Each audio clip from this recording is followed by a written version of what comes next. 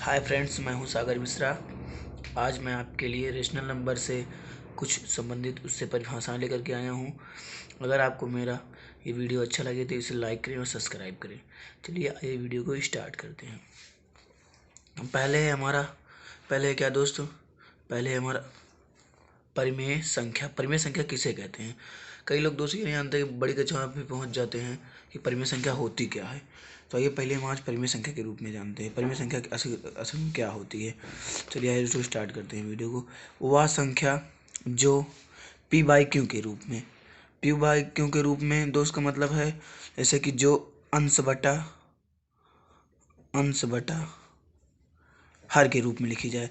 यहाँ अंश क्या है दोस्तों? अंश जो है पी है। अंश क्या है? पी है। और हर क्या है? क्यू है। तो जो संख्या अंश बटा यानी पी बाई क्यू के रूप में लिखी हो अर्थात अंश बटे हर के रूप में हो, उसे हम क्या कहते हैं? परिमेय संख्या कहते हैं। वह परिमेय संख्या कहलाती है। ठीक। और एग्जाम्पल के तौर पर मतलब क्यू जो होना चाहिए, एक इसकी कंडीशन होती है क्या?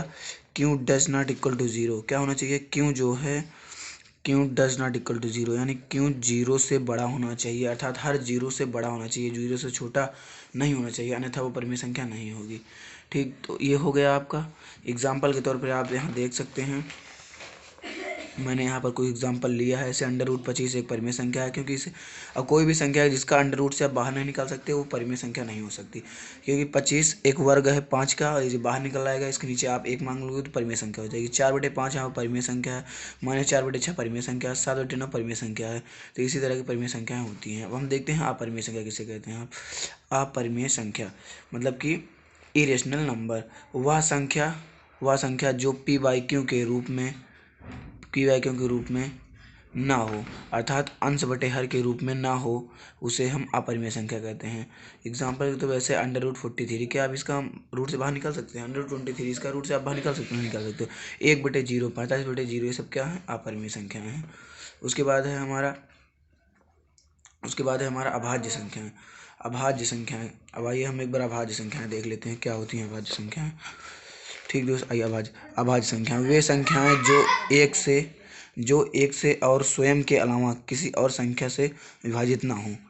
जो एक से और स्वयं के अलावा किसी और संख्या से विभाजित ना हो तो कौन संख्या कहलाती हैं? अभाज्य संख्याएं कहलाती हैं।